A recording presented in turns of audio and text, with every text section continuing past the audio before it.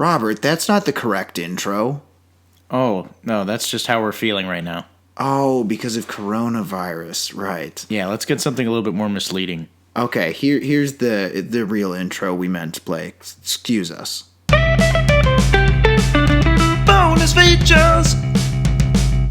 But that's the same intro from last time. Maybe you should have recorded a new one then. You know what? That's a good point. Well, anyway, welcome to episode 63 of Bonus Features with Alex and Robert. I'm Alex. And I'm Robert. And we're going to talk about movies and stuff. And also infectious diseases, because it's sort of unavoidable. It'll come up. Yeah. So I guess we could start with our 2-minute pointless interlude of sports, which is especially pointless this time. Yeah, I was going to say, can we keep it under 2 minutes this time, you think? Actually, probably, but... Okay, so since everything is canceled, including the XFL... Oh. I know, right? Man. But the last fight I did see before, everything got canceled, Weili Zhang and Joanna Jędrzejczyk, that might be one of the best fights I've seen in forever. That was really? A 5-round war, and it was crazy. Was that one you were looking forward to or anticipating to be kind of... I thought it was going to be like Hearns Hagler for like a round or two, and then Weili Zhang would knock out Jędrzejczyk. Not the case. It was a very close fight. And I mean, you could have called it either way, but I think Weili Zhang kind of edged her out like a little bit, just a little. It's a close call. I wasn't familiar with the results of that, actually. The other fight was super boring, shockingly. Who was that? Romero Israel Adesanya. It was no good. It was like a not as bad Derek Lewis Ngannou. Oh, wow. Yeah, it was almost that bad. Israel Adesanya came out on top, just barely. I don't know. Maybe moved to light heavy for Romero. Yeah. I don't know. Just keep the Stylebender train going. Yeah, that's kind of part of it. No one wants to fight Romero. That's the thing, and he's doing that counter style. No one wants to get started with him. Right. But he doesn't want to start offense, and it's kind of a disaster if you're looking for an interesting fight. I mean, that's only in hindsight, of course. But the co-main, I would say, kind of made up for it. That's good.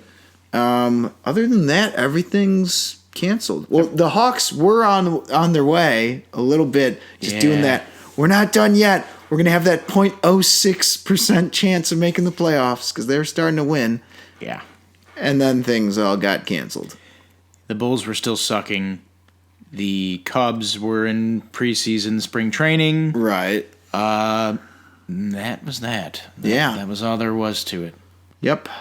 That's the way it is. Yep. MLB canceled. NHL canceled. NBA canceled, and the XFL nowhere near living up to its own X. That is very true. That's a good point. Also, don't forget MLS. Yeah, MLS canceled. Or, not. Well, is it all canceled now, or is it just certain leagues?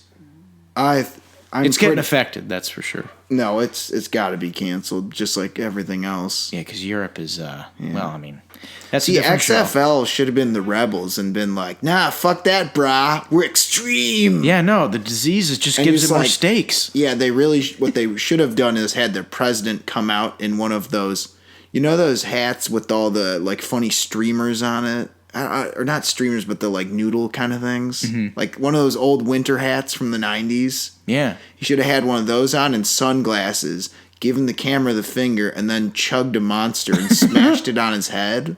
Oh, that would have been... And then said, we're not going to cancel for nobody. They should do that in front of every game instead of the national anthem.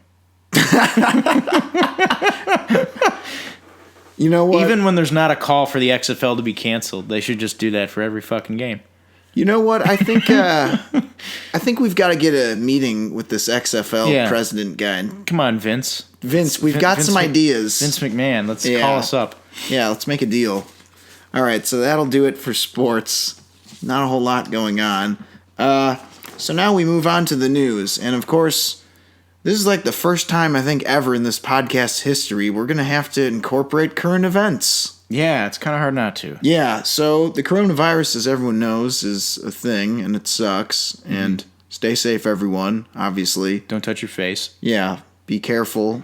But anyway, so the coronavirus has quite literally impacted the film industry a lot.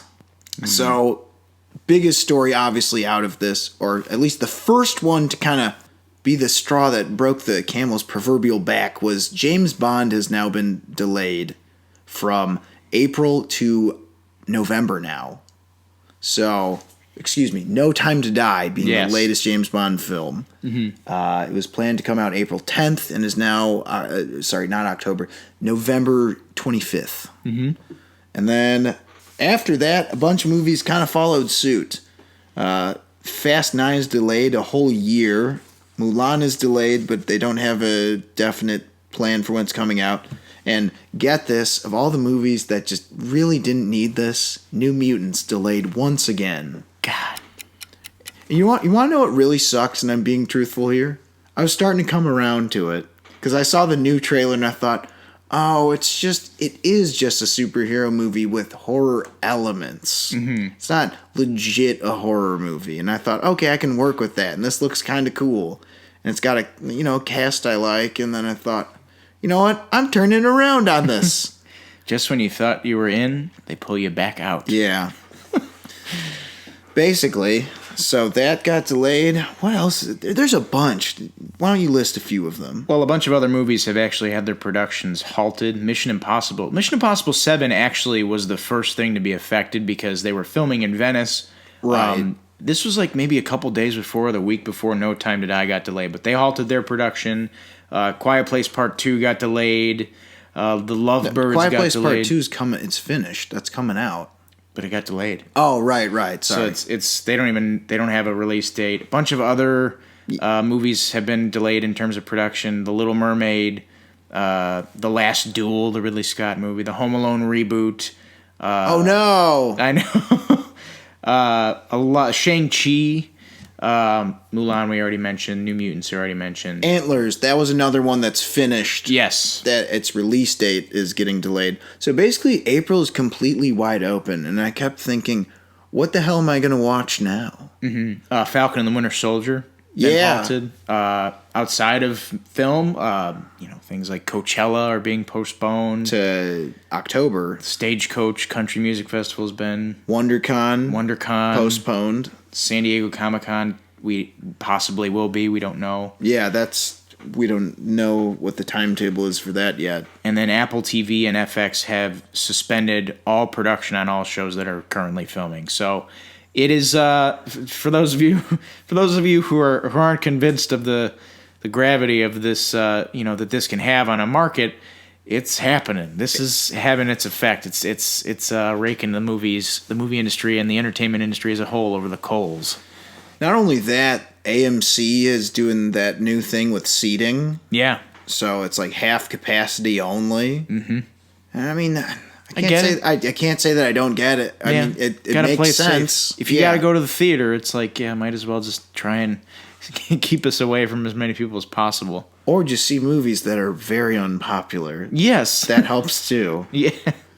But yeah, this is kind of crazy. I just didn't realize it was going to happen this quickly. But, I mean, it makes sense. It's ramping up. They're really, it's interesting to see that the film industry is taking so many precautions here that a lot of other organizations, people feel, would take similar precautions but aren't.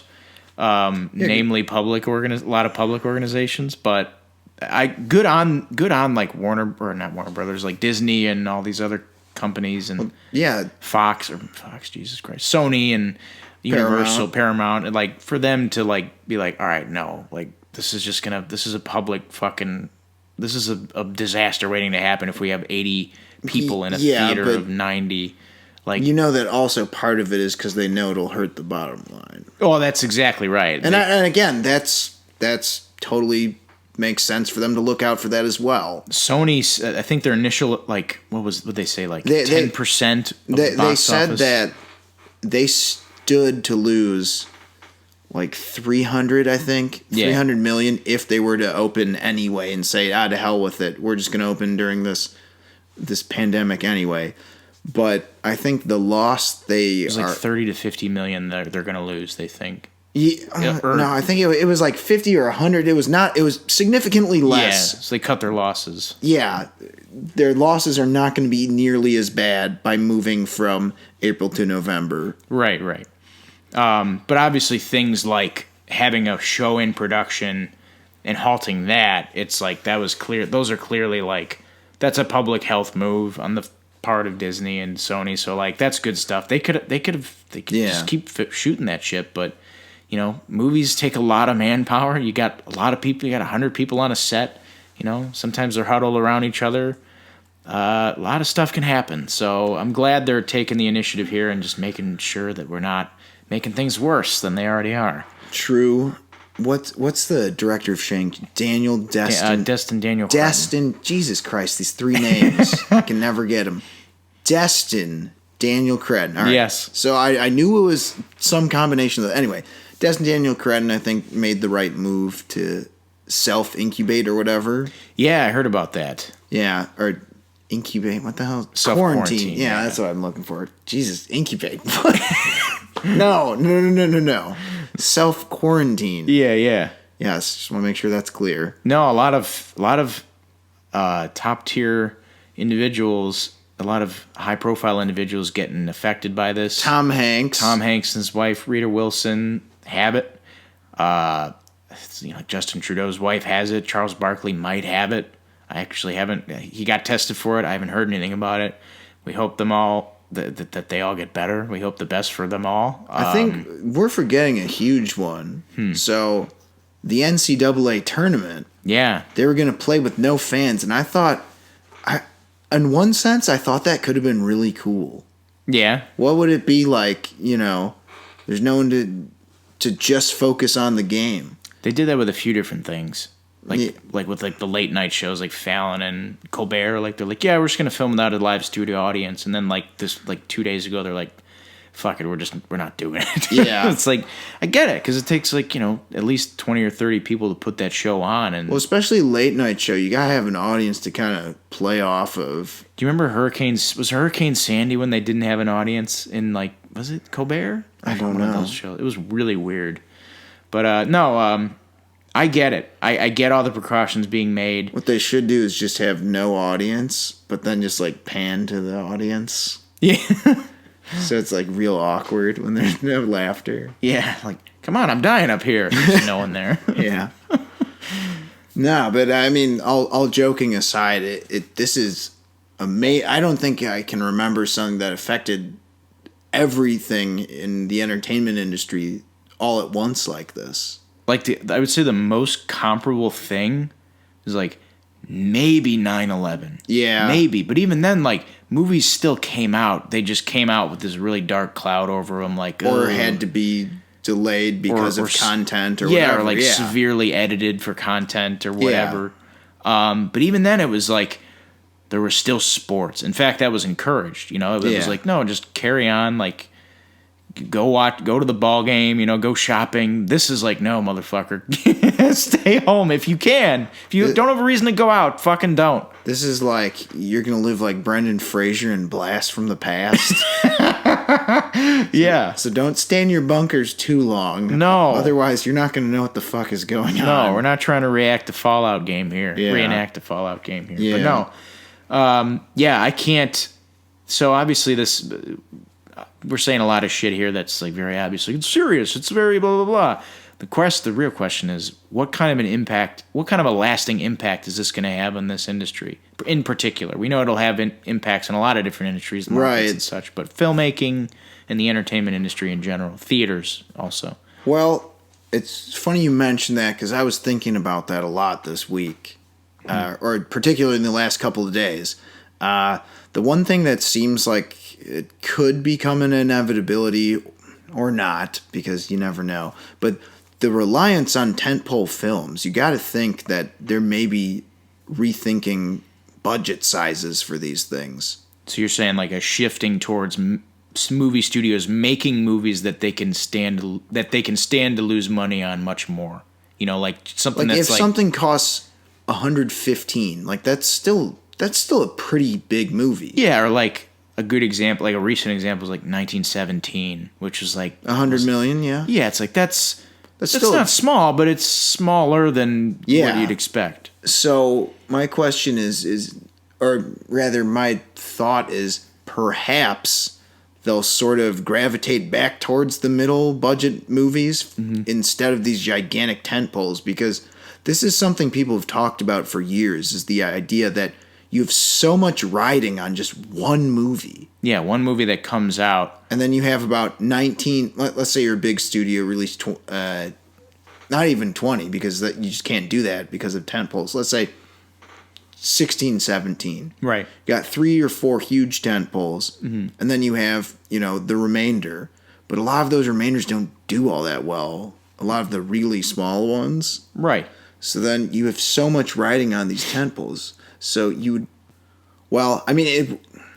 it wouldn't really take effect until like 2 years from now, Because there's the stuff that is in pre-production and the stuff that's being filmed and the stuff that's getting edited and the stuff that needs to get released. Right. It's kind of like The Merger in a weird, no, it's nothing like The Merger, but you get what I'm saying is that it takes time for it to take immediate effect.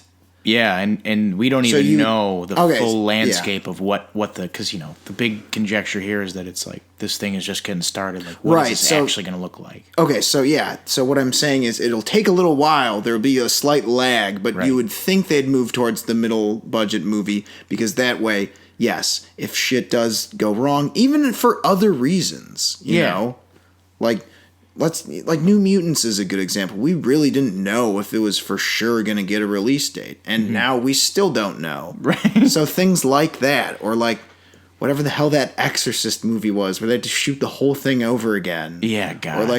Or Solo, Yeah. It's just easier to make contingency plans when you're not just putting all your, betting out it all on black or all on red or whatever. Ride. Yeah. It's an unprecedented thing, and I think I worry tremendously for theaters, because Lord knows that the media companies, at the end of the day, even if they do take how much do you think Fast and Furious 9 cost to make, or No Time to Die? $700 million total marketing at the end of the day. Oh, you're talking about budget, like budget plus marketing? Plus marketing, $500 million, $600 probably million? 5. I think 6 would be. I don't know. Let's just say 5 for the sake of argument. They can stand to lose that. Like a company like Time Warner, they can stand to lose that. Disney, they can stand to lose that money. But can an AMC, can a Regal or a Carasotes or a Marcus Cinemas, even these smaller, the classic cinemas, can these theaters afford that big of a loss? Now, granted, they're not going to lose as much as $600 million, but they probably will lose a lot of money from this. Well, and that's kind of been part of what people have been predicting is I never kind of thought that theaters will ever meet their demise. However, it seems like streaming services are just inching their way in. Yeah, there'll be a de-emphasis on theaters. Yeah, that's exactly what's going to... It's already been happening without this, but think about this. If you have a movie, like all the Netflix movies, their whole slate is fine. Yeah. In fact, if anything, not that they're like, oh, sweet, this is exactly what I wanted, worldwide pandemic, now we're in the business. But I'm just saying it's accessible, because what is everyone doing when classes are canceled at colleges? Oh, we're going to do the virtual thing. Even church services. It's like... Yeah, you're going to be streaming. Yeah, the Lord wants you to just watch on your computer. Yeah, you're going to be streaming everything. Streaming mass, streaming class. Mass, class, everything. Yeah, the point is that's the alternative. And in a lot of people's cases, that's almost the preference. Yeah, and if what I'm hearing from a lot of the science-y people... It seems as though we're going to have to be sitting at home streaming stuff for a minute. Yeah, so obviously this is, as we said, this is a gigantic development, and it's kind of overwhelming in a weird way to talk about. I just, never has this happened where it's just 20 gigantic movies all moving. But Black Widow's is holding tight. That's the weird outlier. Yeah, it's hanging by a thread, but it hangs. Yeah. See, I see what you did there. Yeah. Black Widow. Yeah, there you go. Finely Woven Thread. I believe that's one of your graphic novels. Yeah. That it is. Yeah. It's just weird. C2E2 just made the cut. The cut, yeah. Very lucky. Speaking of which, shout out to all the great podcasters that I met at the podcast meetup. I mean, there's a lot of them, so I don't want to forget names, but check the Twitter, which is much more active now. Yeah. Yeah, got all their names up there. You should check out all their shows. They're all good stuff. But yeah, so coronavirus is here, and it's doing shit. We'll obviously probably still be reporting on this next episode in some way, shape, or form. One of the movies it's not really doing shit to, though, however. Oh, yeah, that's right. Well, actually, a couple. A lot of Warner Brothers movies. Yeah, which is suspicious. Odd. Because, well, they're all filmed. No, yeah. What are you doing, Warner Brothers? What's going on over there? The Batman and Matrix 4. Are they both shooting in England, though? Batman is currently shooting in Liverpool, or they're gearing up for shooting, and I think they have been shooting in England. Yeah. The Matrix, I think they're shooting in the States. Okay, but I don't know. We'll probably hear some updates on that soon. Who knows? They could have had updates while we're recording this. I'd imagine they're playing things pretty close to the vest and being very safe. But the Batman, we got some news to report on. Oh, yeah. Or some images. Yeah, so moving on to kind of normalcy. Batman, we got a new look at the Batmobile and the Bat suit. Mm-hmm. So what are your thoughts? So initially when the suit video came out, I'm like, all right, I need to see more, because right now all I can think of is Daredevil, because it's very red. Like the images are very the image red. itself, yeah. I like the armor. I liked the plating. I like the bat symbol. There's been some theorizing about what the bat symbol is. Yeah. But yeah, I was like, I just need to see more, specifically the ears. And then some set photos came out of the ears, and we see Batman on a bicycle, or on a motorcycle rather. And you know, it took me a second, but I'm like, all right, I could fuck with that. Like, yeah. I get it. The ears are very sharp. They give me anxiety just looking at them. They're so fucking sharp. I kind of like that. Okay. They're real fucking sharp. They're pointy as hell. So that's the suit. So what did you think about the suit?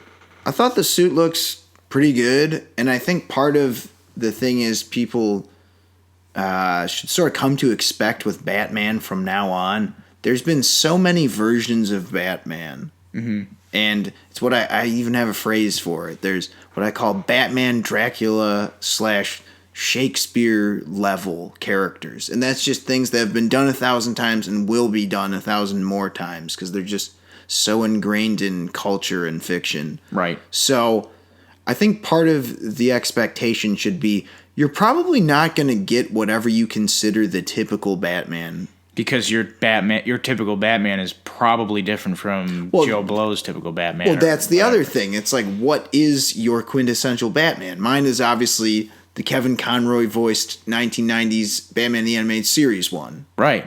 And there's so many different things about every Batman. The ear length, the symbol shape, the symbol color, the base suit color, the cowl, the eyes. It's like the cape. It's all different. Like, so many people, like, you could be thinking of Chuck Dixon Batman versus Tim Sale Batman versus Jim Lee Batman versus Jim Lee Batman is the most important one. I mean, obviously. Yeah. Versus, the Bruce Tim Paul Dini Batman versus whoever. Christian Bale is always going to be that Batman for me. Batman Begins, Christian Bale. I like the heft on the suit. I like his neck not moving. But no, it seems to me, and I guess so this will dovetail into my thoughts on the car. They are going for so like, how the Nolan Batman films were, they were in a sense like they were real, but they were kind of hyper real. Yeah. Like they were definitely like, yeah, this is something a billionaire would afford. Right. Like the tumbler is a fucking... Yeah, of course. And like the suit is armor. It's just plating and like military suit. This is like, okay, I could understand Bruce Wayne. Like some people are like, yeah, it just looks like hockey pads, like from The Dark Knight. And I'm like, But maybe that's the point. Maybe, like, he's trying to throw off the scent of being like, well, yeah, of course a billionaire would buy that. Or, like, with the Batmobile, that just looks like, that doesn't look super far away from something you would see on the street. Maybe once in your lifetime. That's kind of, I'm going to be honest, I don't really dig the Batmobile. Yeah? As a Batmobile. Okay. I think it's a pretty cool car. Yeah, yeah. Well, and again, this comes from my whole thing about what's your version, and but I feel like no matter what version you're watching, the Batmobile is some kind of larger than life vehicle. Right. And it's really extravagant. And this kind of just looks like a cool muscle car, but it does, other than being that, it doesn't really do much more for me that screams out Batman and Batmobile. Thankfully, they give us a couple different views of the car. There's like that top view that's towards the front where it basically does just, it kind of looks like a Dodge Charger or something. But you do see the fins. But I got to say the other two views are much better because the back of the car looks fucking gnarly. Like the afterburner where it's like, God, I got to find the pic. It's like, it's gnarly looking, like all these, like, it looks like a bunch of, not gears, but like, it's just all like corrugated and nasty looking. I'm like, that looks like something like more akin to a Batmobile, whereas like the front of the car just looks like a fucking nasty looking car you wouldn't want to like cut off on the road. No, yeah, it looks like a sweet muscle car. Like maybe he's done a couple chicken runs, right? Or what the fuck is that? Where you a chickie run, from Rebel Without a Cause, or High School High, another classic film. Yes, yeah, no, I agree. I it's weird, like. I don't know what I like more. I got to see more. The thing I'll say is it is pretty consistent. Do you think this is going to be one of those things where there's multiple looks though for the bat suit especially? I've heard theories of that. I've heard rumors of that where it's like this suit gets destroyed early on and he has to build a new one, or like the Batmobile gets destroyed early on, and like there's been other things like, well, this is only Batman in his second year. This is going to be a trilogy, so this Batmobile won't stay the same. Like, I mean, but all that I like. That's fine. Yes to everything. I'm already going to see this movie. Right. I know that sounds kind of tedious, but it's not like this hasn't happened before. Right. Right. You know, Captain America had a number of looks in the first movie because there's like the USO look. Yeah, the cotton suit. Yeah, and then there's his real suit, like legit suit, and then Captain Marvel's another example, the green Kree suit, and then she's like, "No, child person, why don't you design my suit?" Yeah, and it's all primary colors. Yeah, I mean that's happened a number of times. If you'd have told me at the beginning of the Nolan Batman trilogy that we were going to be getting the Bat, the flying Bat vehicle, I'd been like, no way. Well, we ended up getting it. Also the motorcycle. I guess that's sort of a semi-reveal. What do you think of the motorcycle? It's fine. It's a motorcycle. Yeah, it looks. Again, it's like I'm not hung up on the motorcycle. I like that it's like, yeah, you would. This is something you could drive. Like the Tumbler is like, you see that on the street, you're like, what's going on? Yeah. Whereas like that car, you're like, what is like? Is that who's in there? You know, it's. All I'm saying is because that's a more practical car, we better get some sweet automobile scenes. I've heard Jeffrey Wright on Twitter retweeted the pictures of the Batmobile, and he said, "Wait till you hear how it sounds," or something. Oh to that effect. God, I bet it sounds awesome. Oh man, sound designer's dream. Yeah, just fucking sound designing a Batmobile. But it's like a muscle car Batmobile. God, I don't know. I think that's part of. That's even though it's not my fave Batmobile, it's still a cool car, and I think that'll probably play into the tone that he's going for. Because he said this is they all say that bullshit, but it is usually kind of true with Batman. Oh, my take is different. Mm-hmm. You know, I mean, at its core, it's the same thing, but but like you get what I'm trying to say. I think this Batman will be.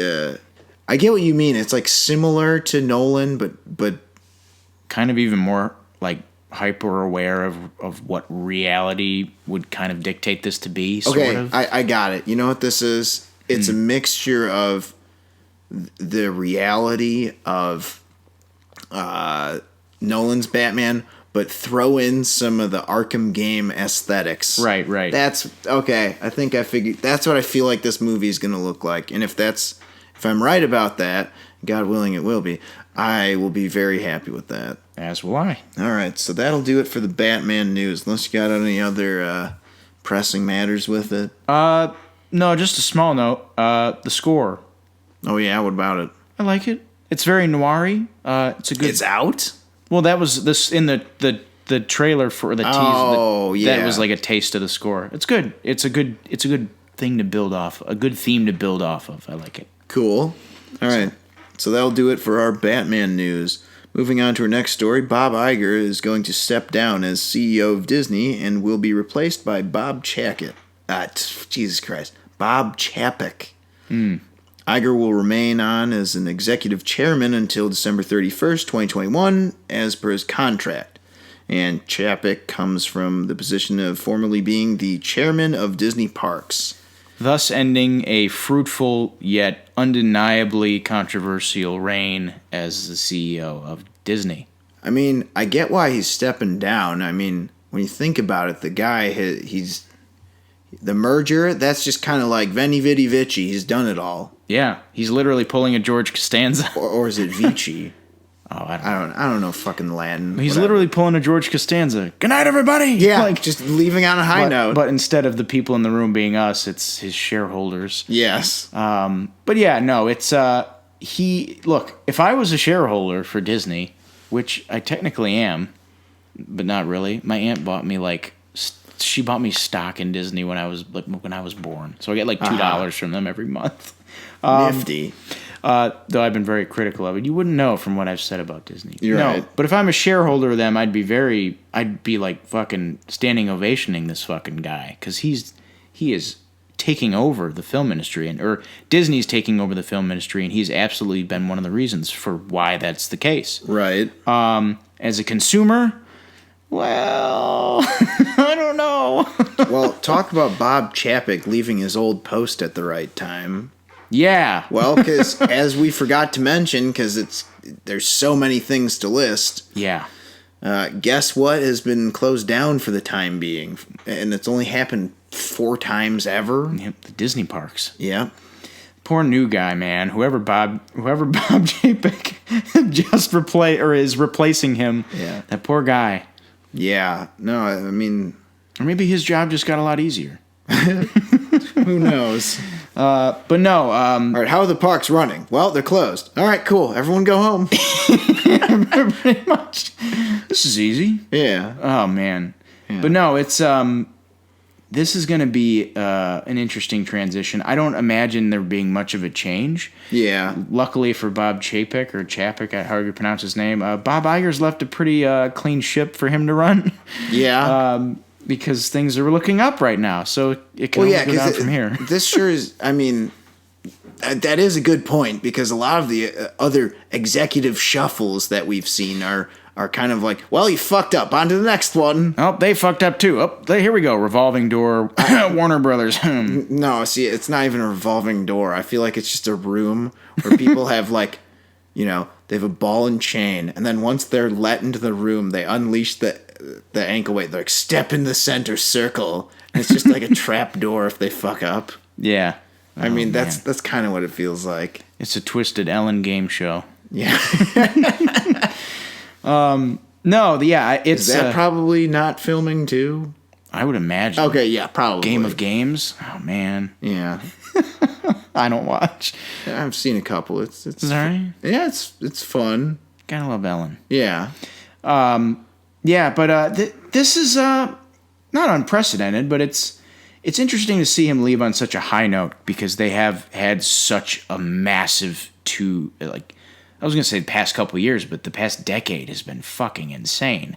I mean, the acquisition of the Marvel properties, actually that was longer than a decade ago, but still, the acquisition of Star Wars. Well, but the idea that they completely own Marvel Studios, that is newer. Was that 20... Well, because 10? Disney bought Marvel in 2008. But the first, Marvel's Avengers was 2012. Okay, so that was 8 years ago. The Phase 1 were distributed by Universal for Hulk and Paramount for Iron Man, Thor, and Cap. Yeah. That's right, yeah. And then Disney was Avengers. So that was 8 years ago. But the past decade yeah, for Disney has been utter utterly sublime. No matter how good or bad your movie is, it makes $1 billion. For better or worse, you can't argue with those results. Though it may recently have been a little bit on the worse side, it has been good. For most of it, it's been good. Most of it, yeah. I can't argue that. So, yeah, Iger has left a huge impact. Iger has left the building. He has left the building. Yeah. So, I guess that'll do it for that story. On to our next story. Suicide Squad has wrapped filming. And it wrapped before the virus struck, or rather the worst of it struck. Just in time? Yeah, basically it just made the chopping block. And James Gunn says that Harley Quinn has a major role in the movie, and that kind of brings up the question of the day. Did the Birds of Prey have any impact / how connected or not connected will the DCEU be going forward? So I think these questions are very interrelated. Yeah. I would say yes. No. Okay. I don't think that they will be related that much. And because of that, yes, I am interested a little bit more. We saw a script in the form of Birds of Prey that was very flawed. It was written by Christina Hodson, who, again, as a writer, she's got a spotty filmography. Yeah. But when it comes to James Gunn, his voice can suit a character like Harley Quinn more, I would say so. Yeah. So I am, and because again, but then again, he's awfully spotty himself. He is, but I think that. Well, it's just, I don't know. I guess the only reason I say that is because it's, only as good as your last thing. That's true. And Guardians 2. Guardians 2 sucked. I'd still say that's without a doubt. I guess it's like kind of close. No, not even. I think it's definitely the worst MCU movie. Yeah, it's no good. But Guardians 1, though, is terrific and one of the best. It's such a weird, steep drop-off between sequels. One of the biggest ones. Yeah, it's like... Like, there hasn't been one that steep since, like, the drop-off between, like, Kick-Ass 1 and 2 or, like, Kingsman 1 and 2. Or Pirates. Yeah. Well, actually, even then, it wasn't that bad. Like, Pirates of the Caribbean 1 is clearly better, but 2 is... No, actually, you know what? I would say it's almost as steep. 2's pretty boring. Yeah. Perhaps the R rating can cushion that blow, because I don't doubt that there was some studio limitation put on Gunn with Guardians of the Galaxy 2. But again, maybe the R rating will be a little bit too, maybe he'll get a little bit too power mad, or not power mad. Maybe he'll have a little bit too much influence or freedom. Maybe the studio constraints can help. I don't know. It's very interesting because he's going from Walt Disney, which is very hands-on, to Warner Brothers, which, as we've seen very recently, they don't really care anymore about the DC properties being so part of the DCEU, as it was. Yeah. To be fair, though, to bring it back to what you're saying, he was at Disney, which is hands-on.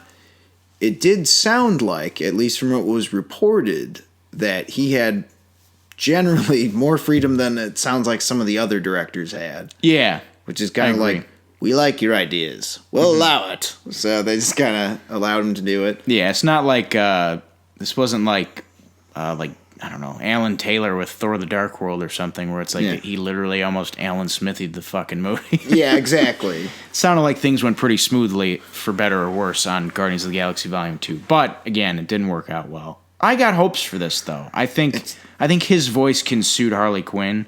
I have a feeling, but you know what's going to be weird, though? This is going to be, the closest thing to this, where we've had a character where it seems like two franchises that they're interrelated, but not really. The closest thing to that will be, once it happens, whenever Deadpool makes an appearance outside of a Deadpool movie. Yes. If that's possible. I mean, I'd imagine it's got to be. So, I feel like this is going to be an interesting thing to see. Yeah, Harley Quinn going from Suicide Squad to Birds of Prey to this. Because even the transition of Suicide Squad to Birds of Prey, it felt like there's very little to link them together. Mm-hmm. It's like this...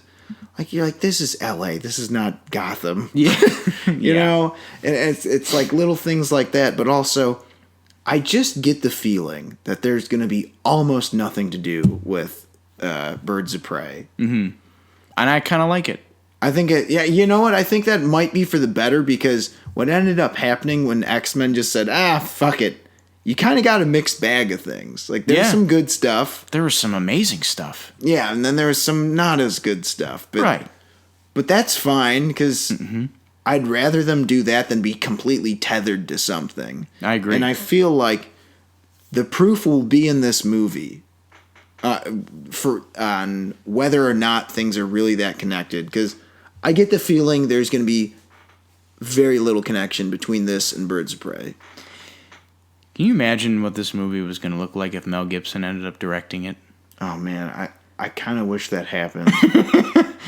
Oh, man. But anyway. Then it would be real different. Yeah, and I kind of like that. Yeah. But, I mean, as I said, I think it's the weird experiment we're going to really find out. Like, because this is Harley Quinn being played by the same actress, so it's the same character. With yet another different director. And right. writer. Yeah. So, yeah, that'll be something that we end up looking out for. Hopefully we had a trailer this year at possible Comic-Con. Jesus Christ, please happen. Yeah. We'll see if we get that. I don't know. It's just a mystery. Who knows? Yeah. Maybe they need reshoots, and that's not going to happen for another year. God.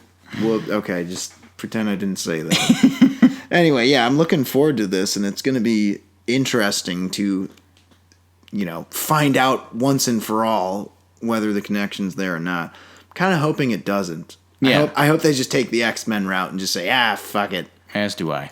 And when you think about it, with Batman taking place, whatever the rumor is, like 20 years earlier than all the other stuff, it could be that way. Mm-hmm. Because it's like, well, why didn't he age? Just shut up. Just shut up. Just want to see people punch each other. Exactly. It's all about punching. So that'll do it for that news story. Now we move on to talk about a trailer for yet another DC animated film. This one is Justice League Dark, Apokolips War. It's a sequel to the 2017 animated film Justice League Dark. This one is culminating a 6-year animated journey that began with the release of Justice League War in 2014. Yeah, so this is their, animated extended universe, because they've got like 5 different animated universes going at once. Right, and the basic plot is, it's very simple. Darkseid is he's gonna fuck up the planet Earth. And they gotta band together and kick his ass. And I watched this, and I think it looks pretty epic, and like Red Sun, and unlike some of the more recent releases, the animation looks better. Yeah. And I couldn't help but wonder, why the hell is this R? Yeah.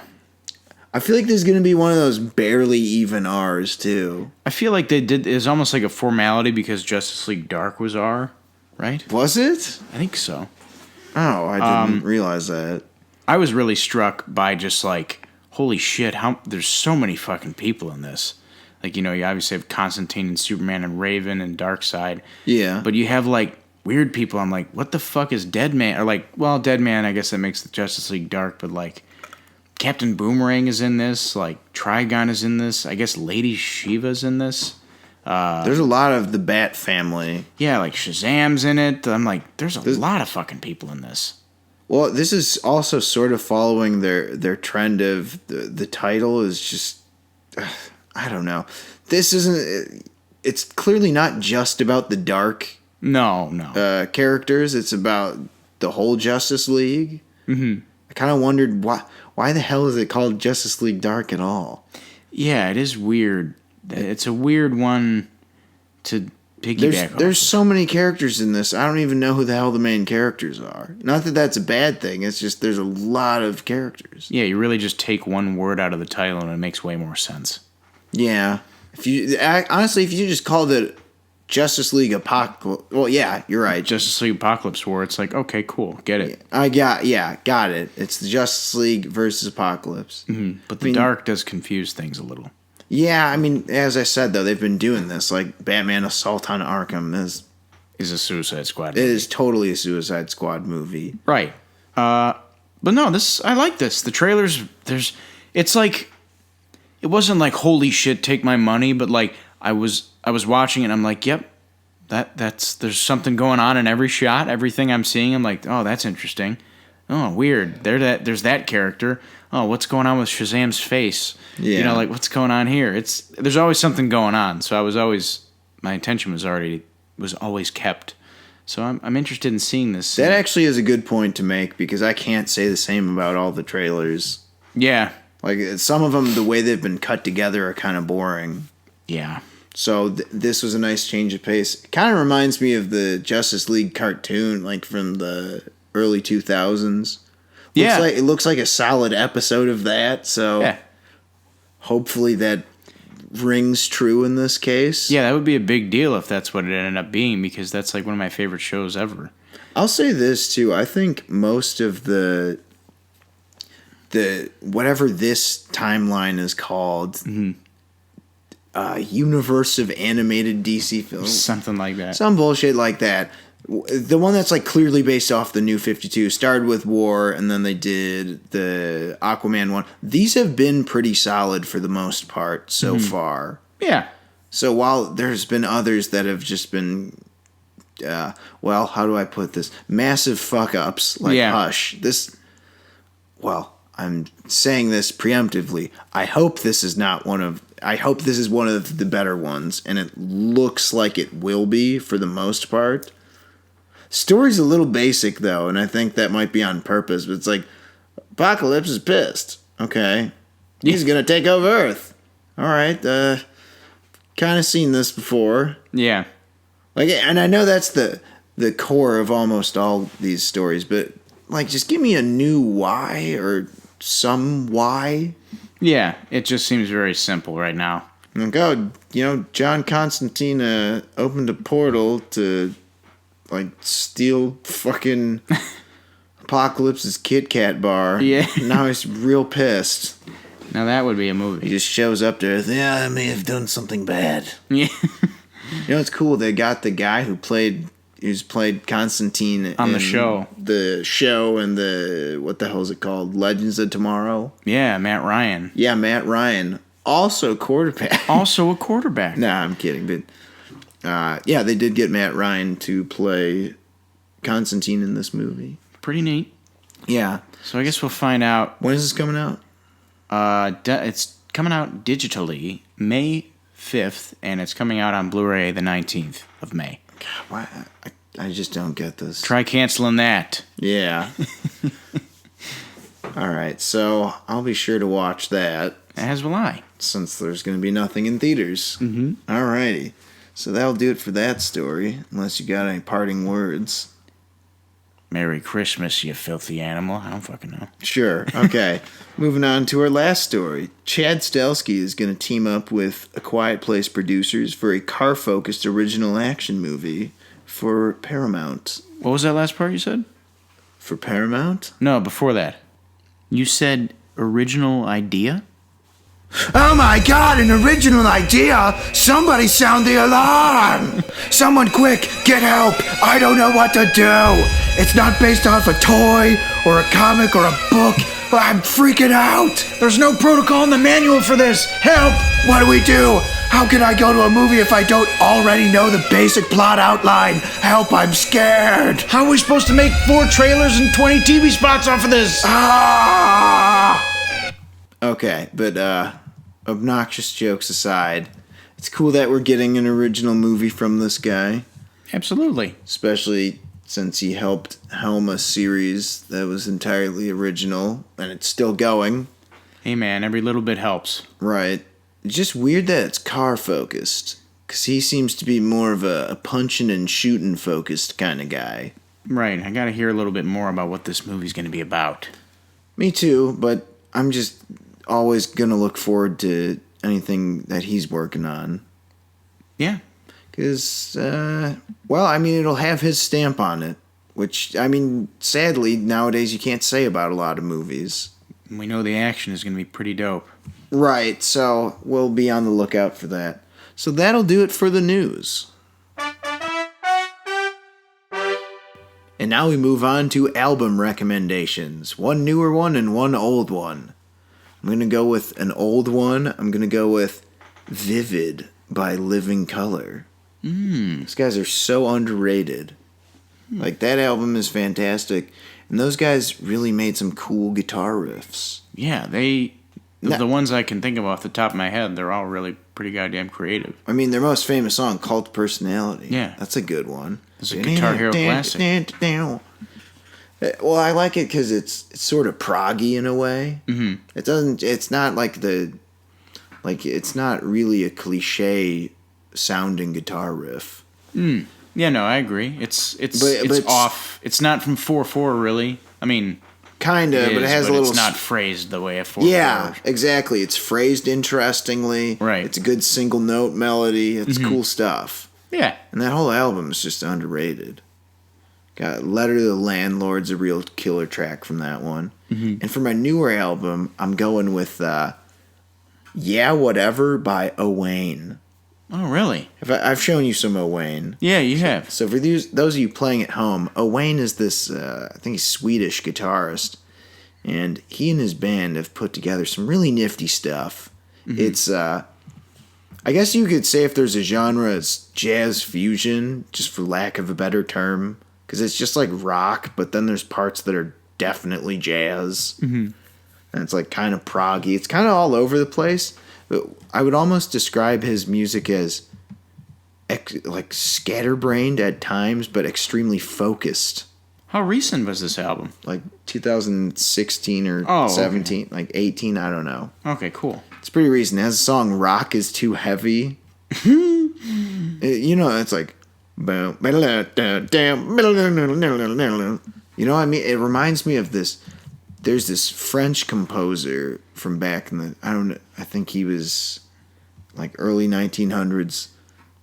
Francis Poulenc. Oh, yeah.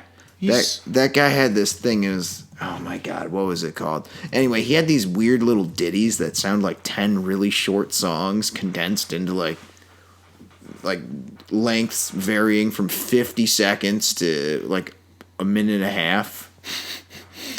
Oh man, gotta love it. It's like the best fucking around you've ever heard. Like it just like it sounds like he's just messing around and noodling and just like playing random shit, but it's really good. Owain is like that, but even more focused. Okay, I can appreciate that. Yeah, so Rock is Too Heavy. That'd be the track I'd go for. Nice. So what do you got for your new and old albums? For my old album, I guess this is sort of like a mini review in a way as well. I've always been fascinated with the discography of Thomas Newman. He's a fucking awesome composer. One of my favorites is for his the score for the movie Meet Joe Black, which I've never actually seen, but love the score too. The movie's not great. I watched it for the first time the other day. But the score is still really fucking good. If you ever want to hear a composer try the fucking hardest to make a movie interesting via music, oh man. He works his ass off. And Thomas Newman's Meet Joe Black, that's my old album. The new album is from a band that I've previously recommended on this in this segment. Ooh. I know, but it's the newest album, Real Estate. They had a new album come out called The Main Thing. And it's, I've gone through their discography. This is probably the first album of theirs where, like, I, at the very least, like every song in it. Like, a lot of their other albums, like, there'll be, like, one or two songs. I'm like, that was okay. But, like, this one, I'm like, it's very listen-toable. You know, it's not super complex. It's just, like, it's kind of just, like, chill out, hang out music. It's beach rock shit. But... it's good. They got a good sound. Real Estate. I've never heard of these guys. Who do they sound like?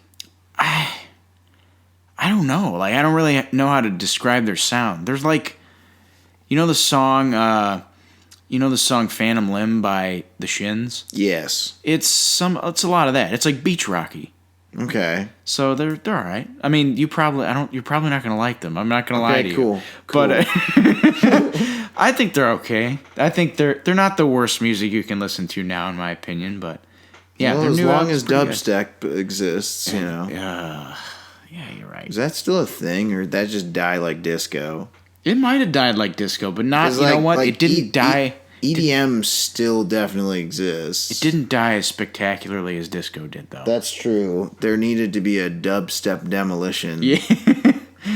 Oh Oh, man. Remember when people used to do cool shit like that? Yeah, that was fun. All in the name of hating a style of music. You know what the sad thing is? New music is so bad that when you go back to disco, you think, oh yeah, that's an okay melody. Yeah.